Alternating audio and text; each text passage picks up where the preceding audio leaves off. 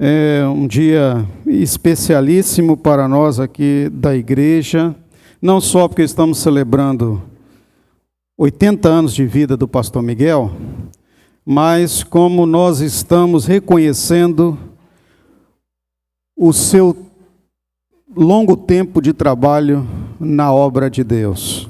Então eu vou pedir aqui, fazer uma coisa diferente. Faz a gentileza, pega uma cadeira dessa aí para mim, aí um musculoso aí. O Flávio não é muito musculoso não, mas... E põe essa cadeira bem aqui, vem cá, pastor Miguel. Meu pai em todos os sentidos, né? Pode pôr aqui. Não, aqui é assim que dá para o povo ver ele. Aqui na frente do... Isso. Meu pai de sangue. Eu estou mais emocionado que ele, né? E meu pai espiritual. Então você vai ficar aqui do meu ladinho. Todos sabem que meu ministério todo foi acompanhado pelo meu pai. Não é? E agora, e a partir de hoje,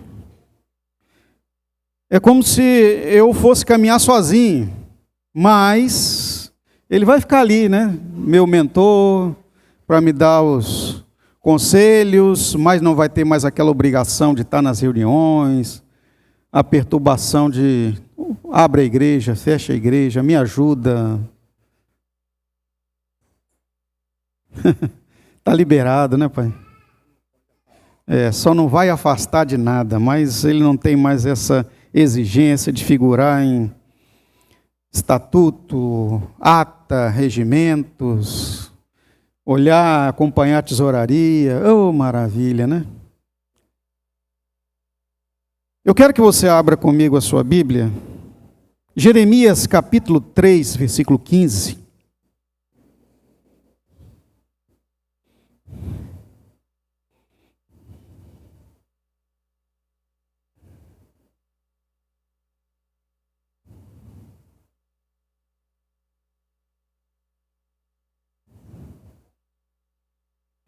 Jeremias 3,15.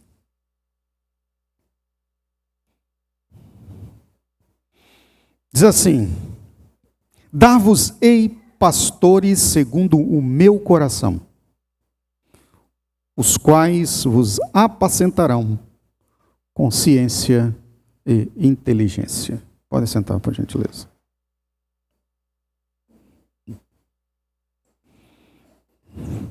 Volto a dizer então que mais do que festejar um aniversário, é também festejar e celebrar a gratidão a Deus.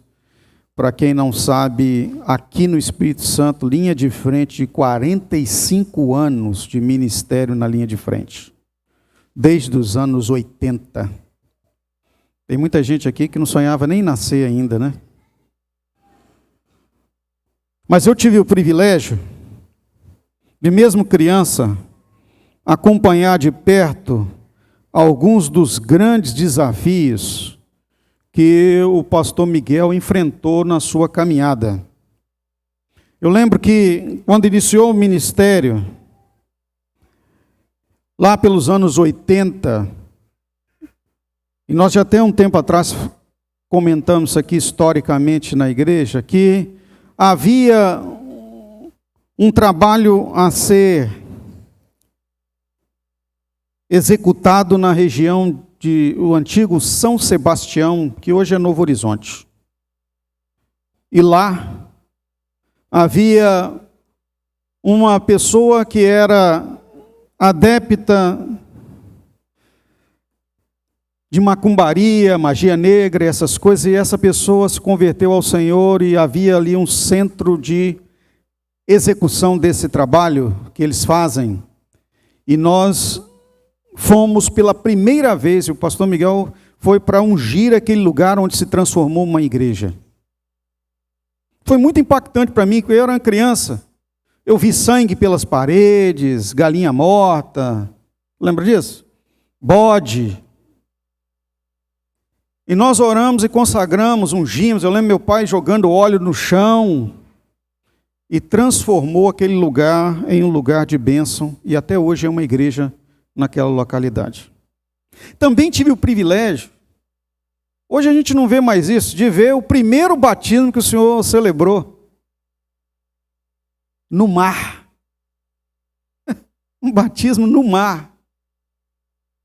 Não é? Todos nós na beirinha da praia ali, e ficava olhando lá longe, com onda e tudo, entravam as pessoas e o pastor Miguel batizava as pessoas no mar.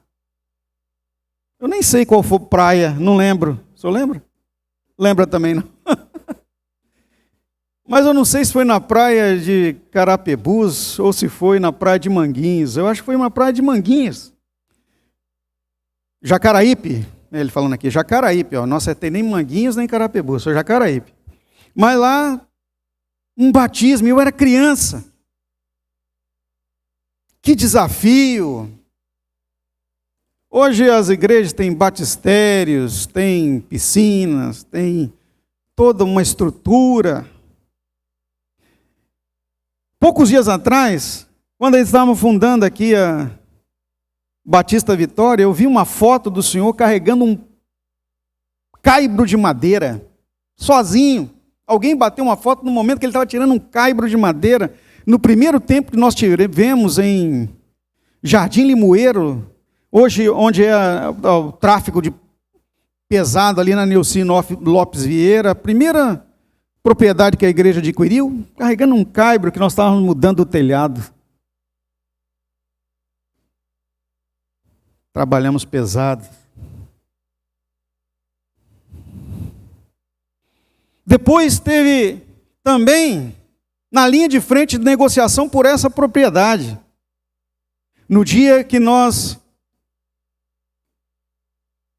tivemos uma experiência tremenda de fé com o Senhor. Uma negativa de compra, fomos para casa comendo uma comida de marmitex, lembra, pai? Sentado à mesa, ele falou assim para mim: agora nós temos que confiar no Senhor. Eu falei: pode ter certeza, pai, fica tranquilo, porque se não foi para fechar esse negócio agora de manhã, umas 11 horas, quando nós fechamos o primeiro negócio, ele estava comigo, até as 3 horas da tarde, quando o proprietário do imóvel, esse aqui na época, chegar dos Estados Unidos, Deus vai nos dar o dinheiro para pagar. Quando nós acabamos de falar isso, começamos a comer, nem terminamos a comida, nós recebemos um telefone. O homem nos chamou de volta e fechou o negócio, e nós louvamos a Deus. Quando deu 3 horas da tarde, nós tínhamos o dinheiro para pagar essa propriedade aqui, e tínhamos vendido a de lá. Um milagre. Um milagre. Depois, em cada projeto, quando fui ameaçado de morte por causa dessa construção aqui, chorando, eu procurei meu pai, pastor Miguel, ora por mim, que eu não sei o que vai acontecer. Ele orou e nós oramos juntos. E Deus levantou uma multidão de pessoas inimaginável, né, que vieram aqui. Uma dessas pessoas até já faleceu. Tocou a obra toda. Colocou o telhado, as telhas. Que coisa tremenda que Deus fez na nossa caminhada, né, pastor Miguel? Mas algo extraordinário aconteceu, foi quando Deus deu livramento de morte para a vida do meu pai. Isso aqui são algumas coisas que eu tenho que falar de testemunhos. Em coma, desesperançado dos médicos, a cabeça depois não funcionava muito bem, ficou muito mal. E há pouco tempo atrás, estava eu e ele no médico, aí já agora, acho que tem uns 3 anos isso, uns 2 anos. Estávamos no exame, fez uma tomografia dessa cabecinha branca. E de repente o médico, a médica, né, neurologista, me chamou, que eu estava acompanhando, ele me chamou e disse assim: senhor Miguel, o senhor pode sair da sala, por gentileza? Aí eu gelei. Sabe quando você gela dos pés à cabeça? E realmente, irmãos, quando isso aconteceu, eu falei: meu Deus, tem algo grave. Que nenhum médico faz isso, né? Pediu para ele esperar lá fora e conversou comigo, mostrou os exames dele e disse assim, olha, seu pai tem uma doença grave. Tomografia. Seu pai tem uma doença grave. Mais de 70% do cérebro dele é cristalizado. Isso aqui é uma cristalização. Você sabe o que é uma cristalização no cérebro, gente? Câncer. Tumor cerebral. Eu falei, não é porque meu pai é um milagre. Ela, mas não tem como, ele nem está andando nem falando. Não era para ele estar andando nem falando. Aí depois chamou, né? O senhor explicou isso. Não era nem para ele estar andando nem falando. Falei, pois é, mas ele sofreu um acidente tão grave, mas Deus curou ele. Então ele é um milagre. Ela é um milagre, meio assim, né? Vamos ver o que vai acontecer. Está ele aqui, ó, saudável, pelo menos da cabeça está tudo bem, né, pai? Aqui, porque nós sabemos que Deus o curou. Foram tempos de oração e muita, mas muita oração, até que ele ficasse bem. Voltou a trabalhar, depois de bater cabeça com um outro ciclista, numa escuridão, cerca de umas 22h30 mais ou menos da noite. Quase 22 da noite. Num lugar escuro. Ele indo para o trabalho, o outro voltando do trabalho na época e trombaram de frente bicicleta com bicicleta. Ele tinha uma Caloi daquelas antigas, Caloi 10, que a pessoa vai com a cabeça assim, ele andava muito de bicicleta e... Mas Deus o livrou, ele está aqui. Muitos testemunhos, muitos livramentos. Um deles, contar a vocês, nós estávamos no Fusquinha, não sei se o senhor lembra. Eu que estou dando os testemunhos aqui, tá, gente? No Fusquinha, depois de sair do culto, de noite, uma chuva saindo desta localidade de Novo Horizonte na época, tobogã não tinha nenhuma pista de asfalto, era tudo de lama e estava dentro do carro. Eu não sei quantas pessoas estavam no carro, mas eu sei que eu estava lá. Estava todo mundo dentro do Fusquinha. Só, acho que naquela época tinham 6 filhos, né? E na subida, cadê que o Fusca ia? Começou a deslizar e a família toda dentro do carro. De um lado era ribanceira, do outro lado também. E o carro foi voltando e a gente começou alguns clamavam o sangue de Jesus, outros a misericórdia, e outros Deus tem misericórdia de nós. E o carro ficou de lado para tombar, com toda a família dentro.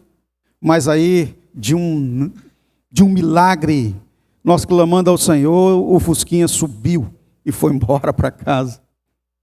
Era assim, o tempo todo, para o reino de Deus e para a obra de Deus. Ele dizia o seguinte: no dia que eu aposentar, eu vou dar 100% do meu tempo para Deus. E foi o que aconteceu. Mesmo depois de dar também toda a vida, ele com a pastora Jonadak para a obra de Deus, dedicou nesta obra que nós estamos aqui todo o tempo. Todo o tempo. São muitas histórias, mas para finalizar eu tenho que contar uma a pedido dele. Nós tivemos aqui, quando o templo ainda era no templo menor, a porta era direta para frente, em um culto, uma tragédia. Num culto de quarta-feira, nós estávamos em oração, toda a igreja de joelho. Naquele tempo a gente achava que estava bom, né? Porque a igreja toda, né? Tinha umas 90 pessoas, mais ou menos, naquele templo menor. E em oração, e Cláudio e Samanta chegaram e eles não perceberam, mas eles estavam sendo seguidos por uns assaltantes. E quando eles chegaram na porta do templo, eu estava no gabinete com a pastora Hélida, e os bandidos entraram no templo, com todos nós dentro, chutaram a porta, que era a porta que dava para o hall, para o gabinete, e eu pressionei a porta, e o cara chutando para entrar, porque ele queria me pegar. né, achando que o dinheiro, nós tínhamos dinheiro, não tinha dinheiro nenhum. Mas ele chutou a porta e como ele não conseguiu entrar, ele passou pelos irmãos que estavam na porta e entrou no templo armado. Só que o pastor Miguel enfrentou o homem. Ele estava dentro do templo, ele levantou a mão, o homem deu um tiro em direção a ele, mas o tiro pegou no teto. Um livramento. Um livramento. Ele está dizendo aqui que Deus mandou ele enfrentar o homem. Aqui nós somos obra de milagre. Pastor Miguel lá no templo de lá e eu no templo daqui. Recebi um tiro, né, que passou pelo teto aqui e quase me matou. Mas nós estamos aqui. E pastor Miguel, pai, minha honra é o Senhor. O meu ministério é o seu legado. E eu vou fazer de tudo para honrar a sua trajetória. A vida do pastor Miguel é uma exortação à fidelidade e dedicação a Deus. 1 Coríntios capítulo 4, verso 2, a palavra de Deus diz o seguinte: ora, além disso, o que se requer nos dispenseiros é que cada um deles seja encontrado fiel. O que é um dispenseiro? Um dispenseiro é o responsável pela administração da alimentação, do almoxarifado de uma família. É um mordomo que detém uma grande responsabilidade de manter viva, saudável e em boa condição uma família. Isso é uma exigência que Deus traz para os líderes. E nisso nós encontramos na vida e na trajetória do meu pai, o pastor Miguel, que está aqui sentado hoje. Nós estamos honrando a Deus e agradecendo pelos 45 anos de trajetória na linha de frente na obra de Deus. Paulo fala a Timóteo, na sua segunda carta, 2 Timóteo capítulo 4, versículo 5.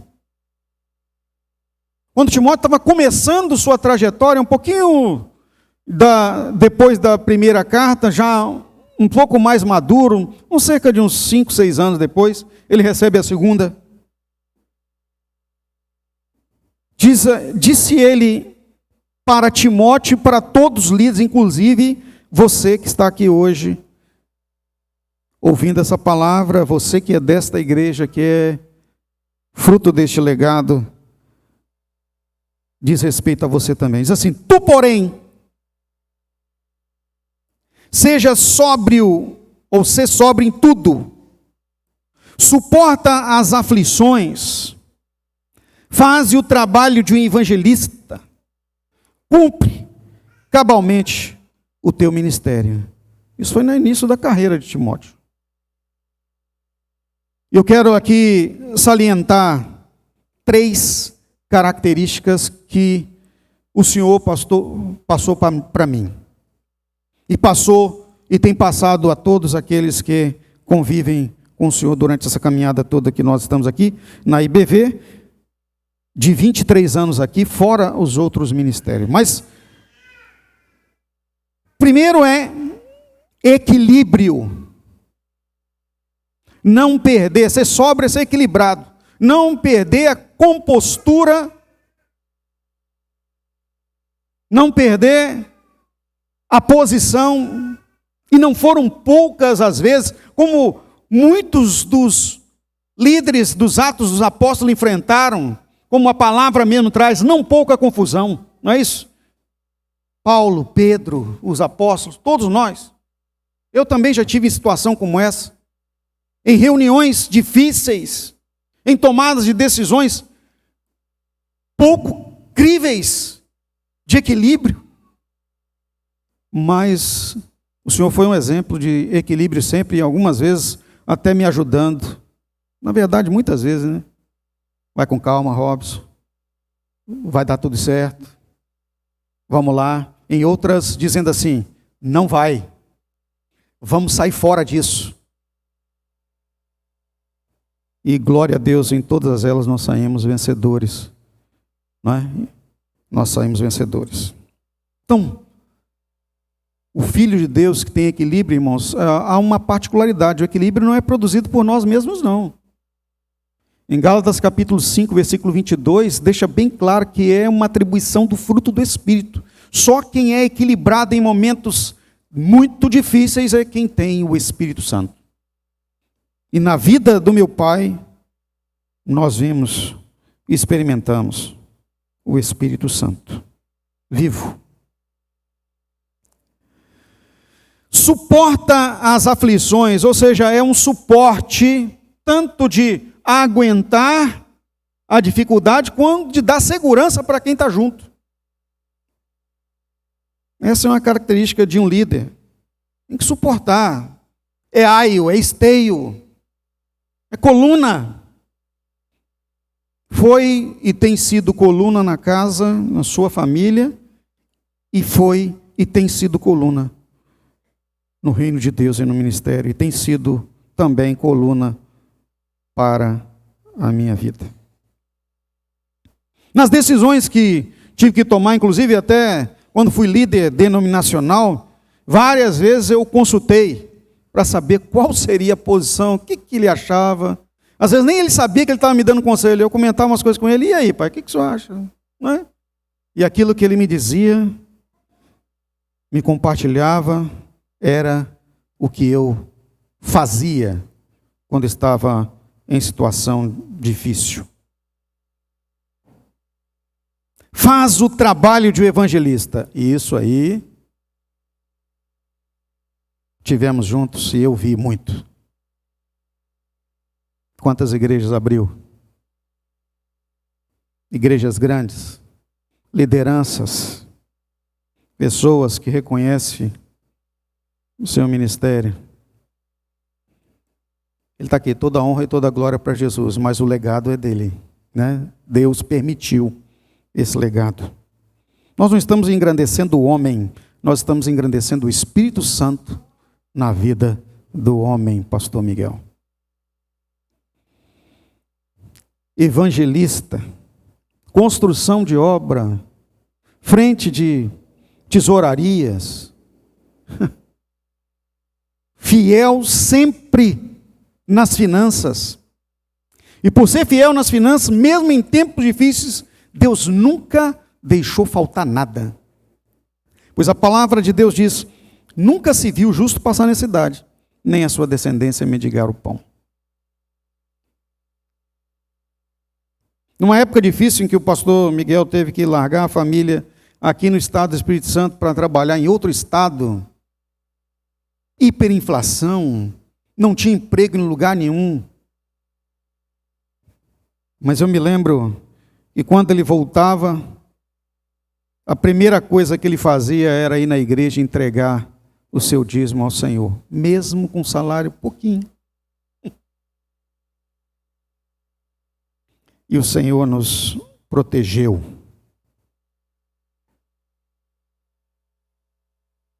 Por causa disso mesmo, Deus honrou. E hoje ele tem a casa dele quitadinha, né? Tranquilo. Milagres que Deus fez de forma especial financeiramente. Bom, e o impacto ministerial de uma história como essa? Só o céu poderá mensurar. Mas nós temos aqui a palavra em Hebreus, capítulo 13, verso 7, que a nossa responsabilidade é o que nos cabe. Hebreus 13, 7. Diz assim, as Escrituras, lembrai-vos de vossos guias, tem uma tradução que diz vossos pastores, presbíteros, os quais vos pregaram a palavra de Deus, e considerando atentamente o êxito da sua vida, imitai a fé que eles tiveram. Ou imitai a fé que tiveram. Hoje, nós temos um padrão de fé. Esta igreja é a igreja baseada na fé. E na vida do ministério do pastor Miguel, a fé é marcante. O que temos que fazer uma vez que nós somos impactados por um ministério pastoral, temos uma influência, um legado a seguir? Paulo fala aos Tessalonicenses na sua primeira carta, o capítulo 5, dos versos 12 a 3, ele dá uma orientação, uma direção a nós e eu quero compartilhar. Agora vos rogamos, irmãos, 1 Tessalonicenses 5, de 12 a 13. Agora vos rogamos, irmãos, que acateis com apreço os que trabalham entre vós, e os que vos presidem no Senhor, e vos admoestam, e que os tenhais na mais alta consideração, com amor, por causa do trabalho que realizam. Que no caso, que realizaram. Então, não é porque a partir de agora, pastor Miguel, o senhor vai ter na frente do seu título pastoral de emérito, que não será mais honrado, não será considerado como pastor dessa igreja, ao contrário. Mais ainda, iremos o ter em alta conta e consideração. Como um orientador, como uma baliza da fé que nós precisamos ter. E precisamos, e aqui faço o compromisso de demonstrar a nossa gratidão em fé.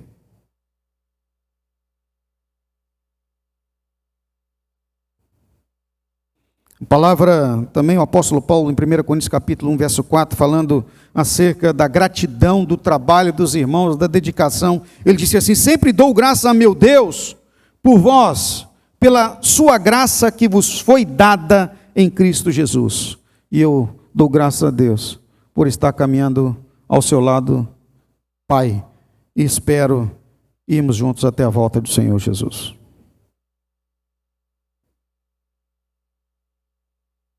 Filipenses capítulo 1, dos versos 3 a 5. Paulo também fala à igreja dos Filipos, dizendo assim: dou graças ao meu Deus todas as vezes que me lembro de vós, fazendo sempre com alegria súplica por todos vós, em todas as minhas orações, em razão da vossa cooperação na propagação do Evangelho, desde o primeiro dia até agora. Desde a primeira reunião, na sala, lá naquela cozinha, copa da sua casa, onde a igreja nasceu, até agora, nós estamos propagando o Evangelho e continuaremos, em nome de Jesus. E eu dou graças a Deus por ter o Senhor junto comigo.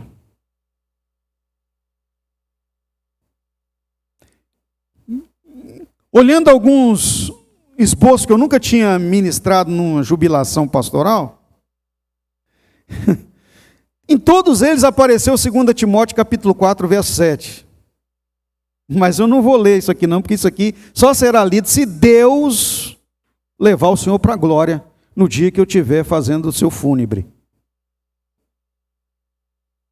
Porque o Senhor ainda não terminou o combate, o Senhor ainda não completou a carreira, o Senhor está em plena atividade de fé.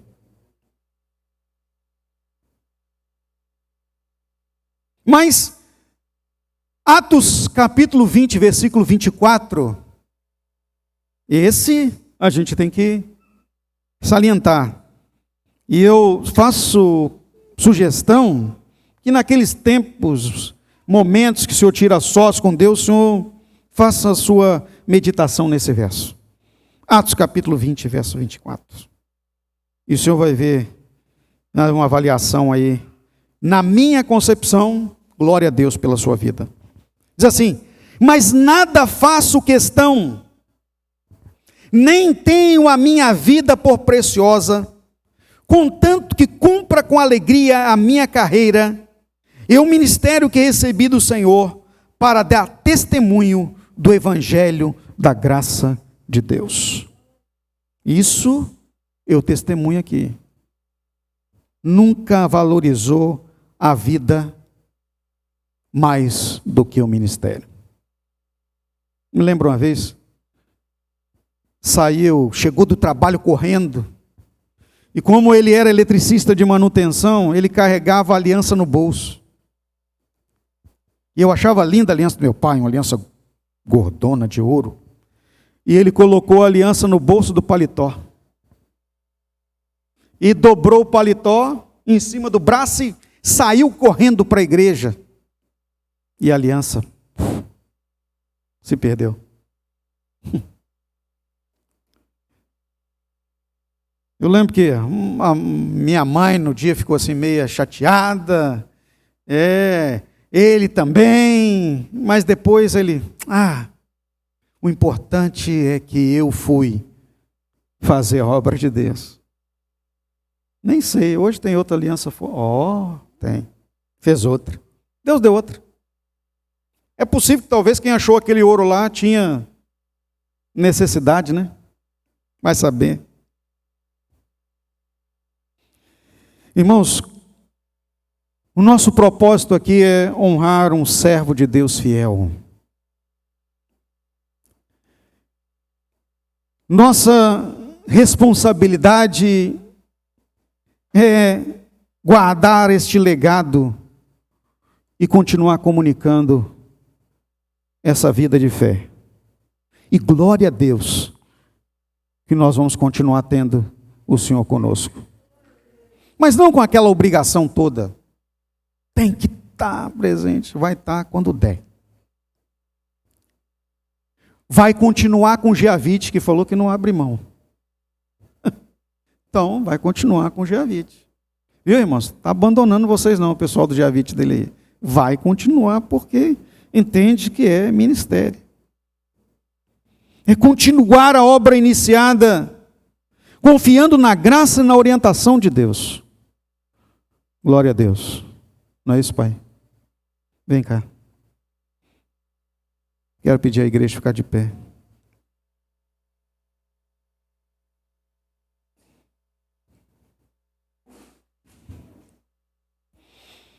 Nós vamos agradecer a Deus pelo privilégio que temos de ter o pastor Miguel, que mais do que muitos outros, caminhou durante muitos anos, quando já devia estar aposentado como pastor. Tem uns que vão... Eu mesmo tenho um colega pastor que vai agora jubilar com 65 anos. Olha que maravilha, hein? Novinho. Dizer que só falta 2 anos para a jubilação dele, pai. O senhor só trabalhou 15 anos mais que ele. Estenda as mãos para cá, queridos. Eu quero chamar a pastora Jonadac, a pastora Hélida. Nós vamos aproveitar isso daqui para celebrar a ceia do Senhor. E vamos orar. Eu quero pedir também à família do pastor Miguel, que está aí, presente, para vir aqui na frente, bem aqui na frente, aqui, para vocês saberem quem é a família dele presente aqui. E quero convidar o pastor Belarmino Júnior, da Primeira Igreja Batista em Santana, que é genro do pastor Miguel, casado com a minha irmã, para estar aqui na frente com a gente também, na ministração da ceia. Nós vamos fazer uma oração.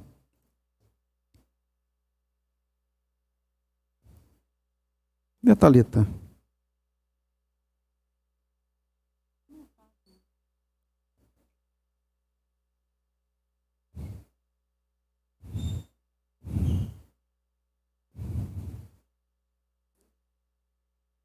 Estenda as mãos para cá, irmãos, nós vamos fazer a oração. Senhor Deus, muito obrigado. Louvo ao Senhor por esses 45 anos de linha de frente. Mais da metade de sua vida dedicada exclusivamente na linha de frente da tua causa, Senhor. Obrigado. Que o Senhor dê, ó Deus, ainda muitos anos de vida e saúde para o pastor Miguel, trabalhando na causa e na obra do Senhor. Nós louvamos a Ti, ó Deus, pelo ministério, pela vida, pelo trabalho. Nós honramos o Teu Espírito Santo por tê-lo guiado e direcionado. E nós ministramos na vida dele, Senhor, saúde para continuar servindo de mentor, orientador e de homem de oração. Nós louvamos, ó Deus, a Ti em nome de Jesus. Amém. Obrigado aí a família, Deus abençoe, podem